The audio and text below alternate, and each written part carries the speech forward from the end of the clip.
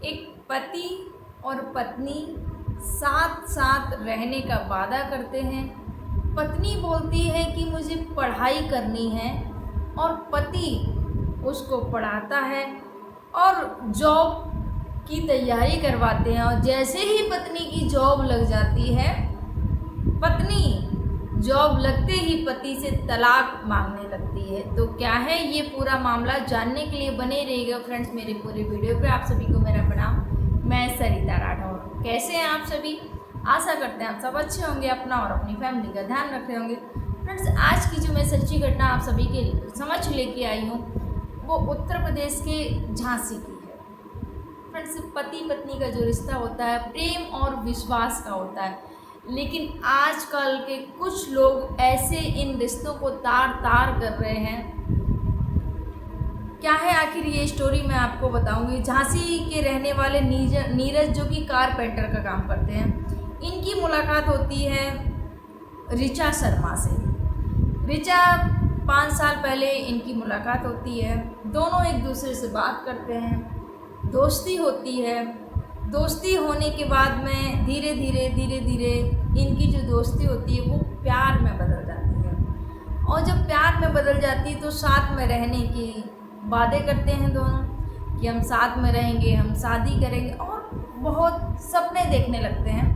लड़की ने बोला कि मैं शादी करूंगी पर मैं पढ़ना चाहती हूँ, मैं कुछ बनना चाहती हूँ, मैं IAS PCS की तैयारी करूंगी।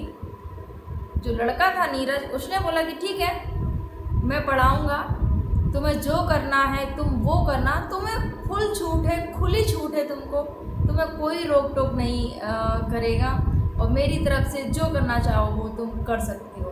जो पति है नीरज, उसने लड़की से वादा किया और वादा करने के बाद में लड़की से शादी करने का फैसला लेते हैं दोनों ही पति, लड़का लड़की जो ऋचा शर्मा और यहाँ नीरज, दोनों फैसला लेते हैं। और 6 फरवरी 2022 में दोनों शादी कर लेते हैं। एक मंदिर में जाके वहाँ शादी कर लेते हैं।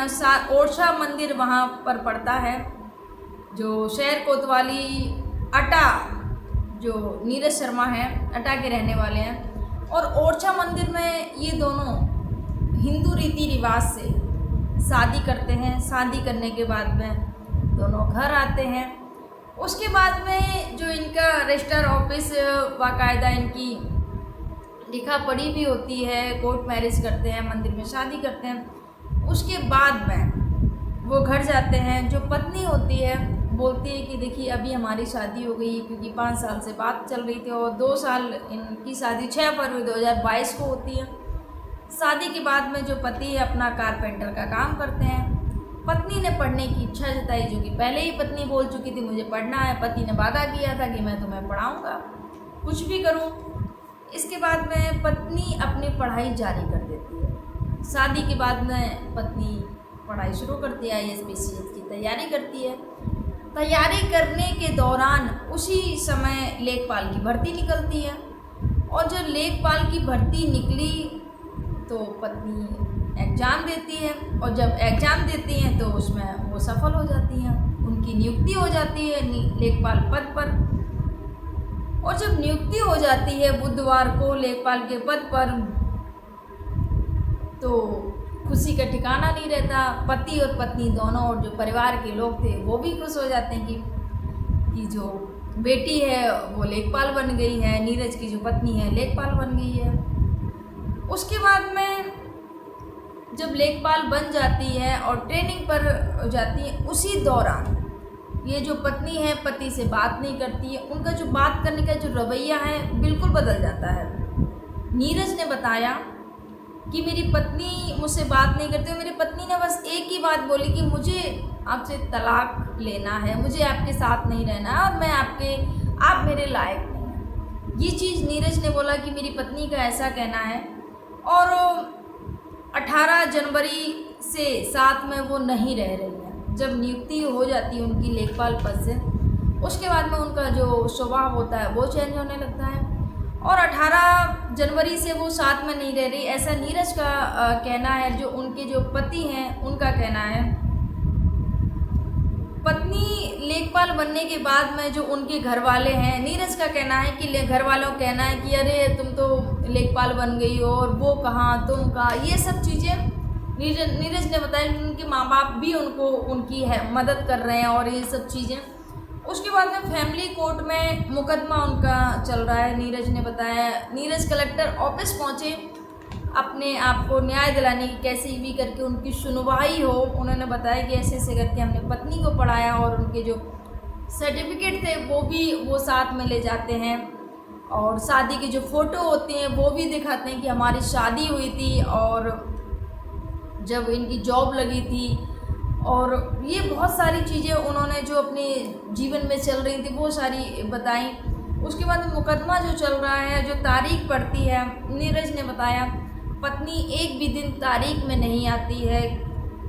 अब क्या किया जाए, नीरज बहुत परेशान है और कलेक्टर ऑफिस जाके न्याय की गुहार लगा रहे हैं कि कैसे भी करके उनकी सुनवाई हो। फिलहाल पत्नी ने इस पर कोई बयान नहीं दिया है। ये सब जो है नीरज का कहना है कि पत्नी नहीं रहना चाहती और पत्नी तलाक मांग रही है। फ्रेंड्स, यहाँ पर आजकल जो भी घटनाएं घट रही हैं, जैसे कि आपने देखा होगा बहुत सारी ऐसी घटनाएं हुई हैं, ऐसी न्यूज़ आई है कि पत्नी जैसे ही कोई किसी पद पर पहुंचती है और पति को ठुकरा देती है। बहुत सारे लोग कमेंट भी करते हैं, सोशल मीडिया का दौर है कि हर कोई हीरा ठाकुर नहीं होता और हर किसी की पत्नी हीरा ठाकुर के जैसी नहीं होती, जैसे कि आपने मूवी में देखा होगा। यहाँ पर मैं बस एक ही बात बोलूँगी, पति काफ़ी यहाँ पर निराश और दुखी था कि उसने पत्नी को पढ़ाया लिखाया और उसके बाद में जब उसकी जॉब लग जाती है तो अपने ही पति, सबसे पहला काम कि पति को तलाक देना है। क्यों भैया, जिसने आपको यहाँ तक पहुँचाया उसका थोड़ा सा रिस्पेक्ट और सम्मान रखिएगा। और बेटियाँ दो कुलों की लाज होती हैं। बेटियाँ जो भी हैं, अगर आपस में पति पत्नी में मतभेद हैं तो आपस में बैठकर बात करिएगा। इसका मतलब ये नहीं है कि जैसे ही आपकी नौकरी लगी और आप उसको छोड़ दें। और फिलहाल यहाँ पर लव मैरिज थी। नीरज ने बताया कि 5 साल से ये दोनों आपस में एक दूसरे से बात करते थे, जानते थे, दोस्ती थी। उसके बाद में इन्होंने लव मैरिज की, उसके बाद में इन्होंने शादी की। फिर ऐसा क्या, नौकरी लगते ही सबसे पहला काम जो किया यहाँ पर पति ने बताया, ऋचा शर्मा ने अपने आप से पति से तलाक मांगा।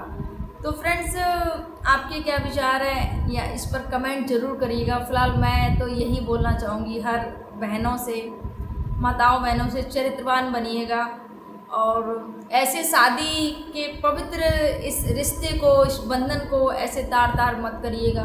अगर आपकी जॉब लग गई, अगर आप कामयाबी को छू रही हैं तो पिछला मत भूलिएगा कि जिसकी वजह से आप वहाँ तक पहुँची हैं, और उनका सम्मान करिएगा, उनकी रिस्पेक्ट करिएगा कि जिसने आपको वहाँ तक पहुँचाया वो पति।